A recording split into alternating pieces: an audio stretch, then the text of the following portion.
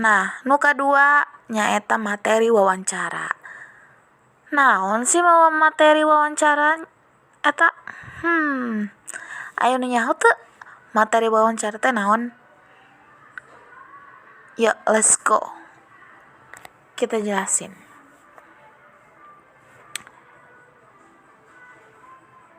Hartina wawancara nyaeta proses tanya jawab lisan antara dua orang atawa leuwih secara langsung. Jalma nu ngawawancara disebut interviewer. Jalma nu diwawancara disebut interviewe. Jadi nyaeta teman-teman wawancara teh nya. Nah, bisa gitu aya aspek wawancara. Nah, aspek wawancara teh naon wae sih? Aya 5W plus hiji H.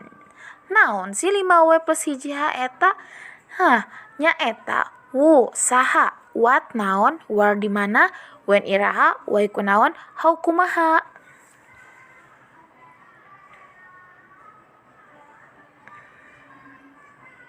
Nah, saterusna aya syarat-syarat rumus patalekan dina warta. Patalekan ngawancara ngawengku 5W plus hiji H. Patalekan disusun ngagunas singget sopan jeung teu nyinggung manah jalma nu diwawancara. Patalekan teu mojokeun jalma anu diwawancara. Patalekan kudu saluyu. Tur batur. Nah, sakitu wae materi nu dibahas ayeuna. Sakurang-kurangna abdi mohon lepat kalepetan abdi.